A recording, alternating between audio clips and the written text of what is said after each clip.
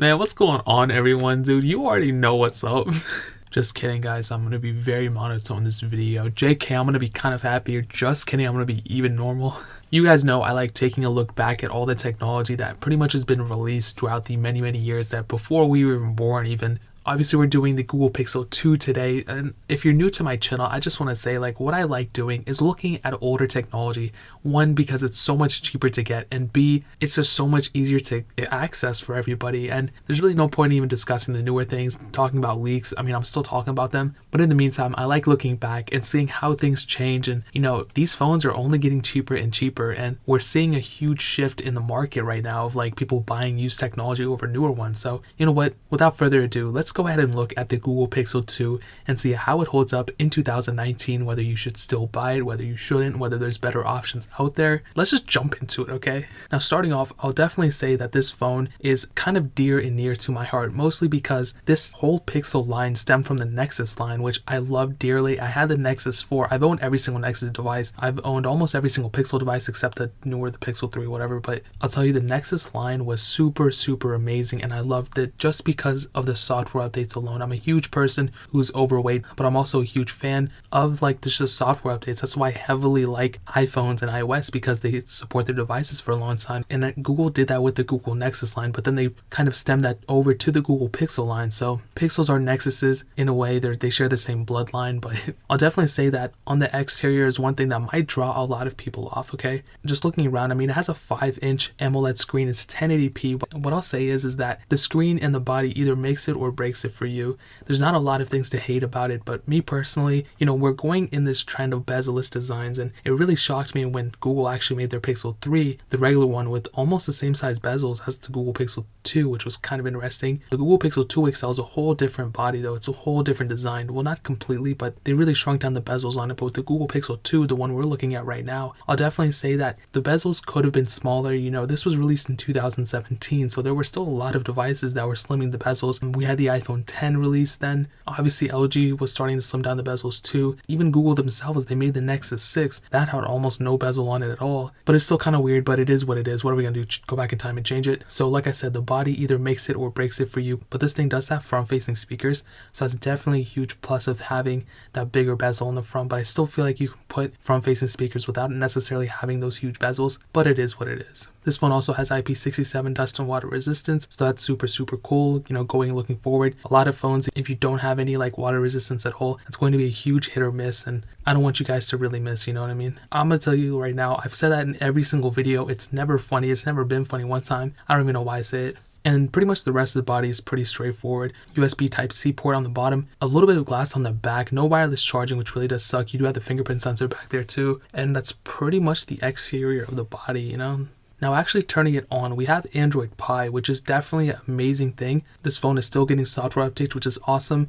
The Google Pixel, the original one, I believe, is going to stop at Android Pie right now, so it's not going to continue on further. So I think the Google Pixel is going to get an extra year of support on top of that. So this phone is going to get Android Q, whatever that's going to be called, probably Android Quantity with some dessert with Q, and I don't know, but it's going to get that. So that's definitely a good thing. So looking forward, I mean, you're also getting all the security updates and everything like that. So you're getting all those cool little features and all those little things that really make Android so awesome. And that's why I like Android 2 along with iOS. I don't like one more than the other. I like features of one more than the other, but I mean, I don't like inherently one bias towards the other one, if that makes any sense. I've owned both. I'm going to use both for the rest of my life. But I'll tell you, with Android, they definitely put a lot more features in their software, and Google is no exception. There's a lot of features even in stock Android that I really like, and I'm really curious on what Android Q is going to bring. So that's one huge thing with the Google Pixels. You're still going to get all those cool little features within Android. So that's pretty much a long way of saying that the software support on this phone is going to last you for a little bit longer. And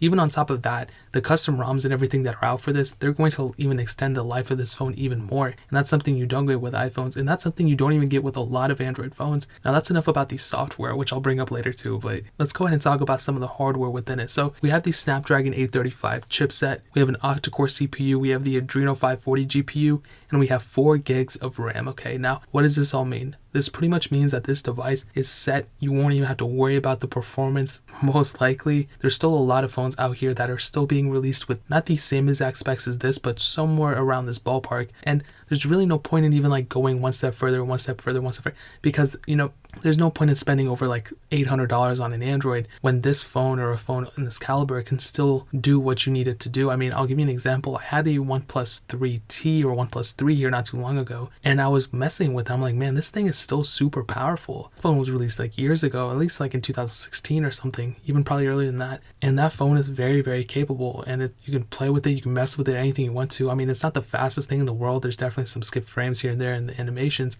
but it's not bad at all. And I mean, that's even older than the Google Pixel 2. So that's one thing about Androids. A common theme with them is that the hardware usually outlasts the software, where it's kind of the opposite on iOS. Usually the software outlasts the phone. But in this case, you can still use the phone even many, many years down the line, and it'll still be blazing fast. So that's definitely an amazing thing. I mean, games, everything you're going to do with this is going to be perfectly fine. I'm not going to say it's the best performance ever, because it's not, but it's definitely up there. I'll definitely say, like, out of all the phones I've tested, this is definitely on the higher end of things. And I've tested a lot of phones, and I can tell you that this phone is not slow at all. Even continuing forward, even past 2019, you're not going to run into any problems. So again, that's kind of a long-winded way of saying that the performance of this phone is very, very good still. Now switching to the camera, so there's a single sensor on it. It's 12.2 megapixels, and there's a lot of different features that are within even the stock version of Google's camera, whatever it is. You do have optical image stabilization, you have laser autofocus, cool little things like that. And I'll definitely say that the camera itself is still very, very good. I mean, this phone, it was released a little bit over like a year ago, maybe like 2 years ago. It was like almost like a year and a half. It's going to turn 2 years in October of this year.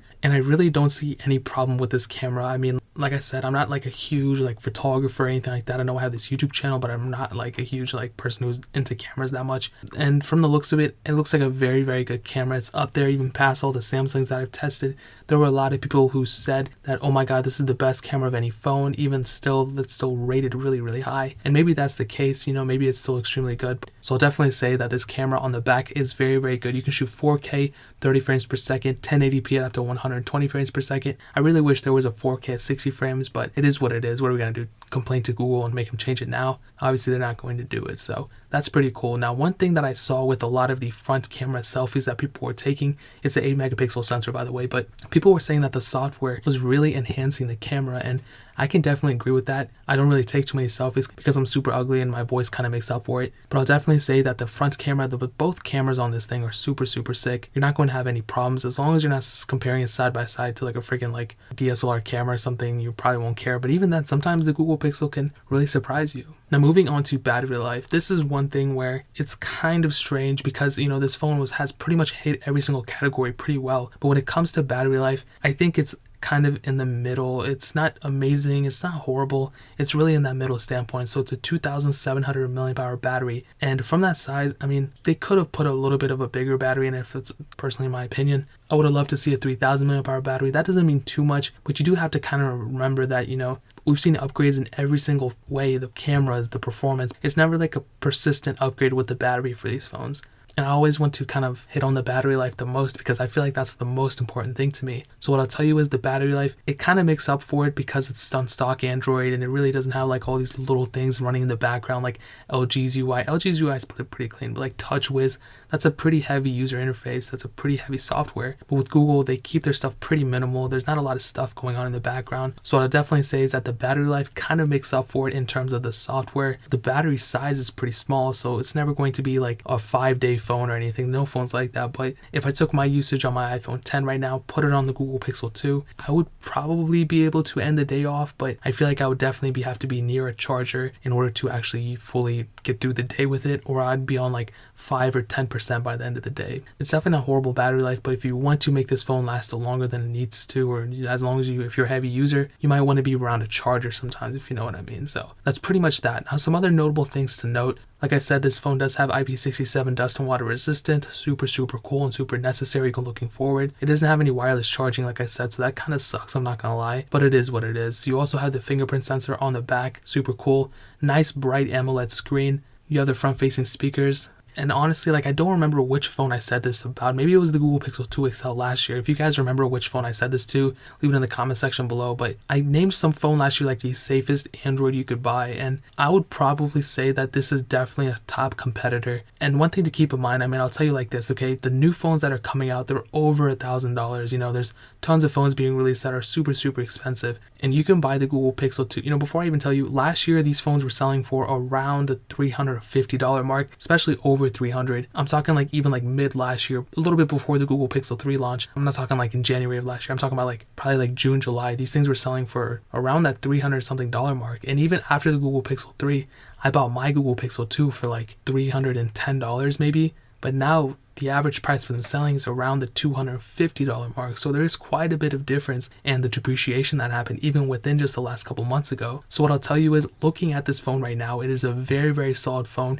Is this phone still worth it? Yes, this phone is still very, very much worth it. I like it a lot. There's not too much to complain about it, really. It's a safe phone overall. Maybe the battery life is one thing that kind of like turns me off from it, but even that, man, like I'm telling you, there's really not too much to complain about this phone at. It's a very safe phone. It's from Google. It's still getting updates. And like, what more do you want from a phone? Seriously, like, what more do you want from me, right? Totally joking. But what I'll also allude this to is that the Google Pixel 3s are still selling around the $500 mark in the used market. These are all prices in the used market, by the way. So what I'll tell you is that the Google Pixel 2 is still worth it, and I would highly recommend it. There's not even that many competitors that I would say like get this phone over that one. It's not even that big of a phone. It's one of those phones that are still kind of medium sized. I mean, there's a lot of bezel on it, but get this phone. It's super awesome. Like I said, you can definitely find the cheapest ones on eBay and Craigslist and all those places. But what I would recommend is actually getting them certified refurbished if you're going to go the used route, because they're cheaper than the new prices. They're cheaper than a lot of phones out there. But you also get a warranty at the same time, and they're super easy to get. I always link them through Amazon, so they're like safe and everything like that. I'll leave the cheapest certified refurbished one I can find on Amazon, and I'll leave it in the first link down below if you want to purchase it from there. Not only does it help you out, but it also helps us out on this channel. Every sale that's made through that link actually comes back to the channel, a little percentage or whatever, and it helps us do more videos like this and do more giveaways and things like that. So we would really appreciate if you guys could do that. Purchase not only if you want to buy the Google Pixel 2, or if you want to buy any phone, or really if you want to buy anything on Amazon, just use that link. It'll always come back to the channel, and we can always do more crazier and better things. So we'd really appreciate it. But that is pretty much it. If you guys have any questions or anything like that, leave it down in the comment section below. Hit that like button, that'll mean so much, but definitely hit that subscribe button. Every single subscriber that we get really does count, so it'll mean so much if you guys could hit that. Also check out the other links down in the description as well. My Instagram, my Twitter, my second channel, all those things are linked down below. I'd really appreciate if you guys could check that out. But more importantly than everything else, I love every single one of you guys, and hopefully I'll catch you guys in the next video. Peace out till then.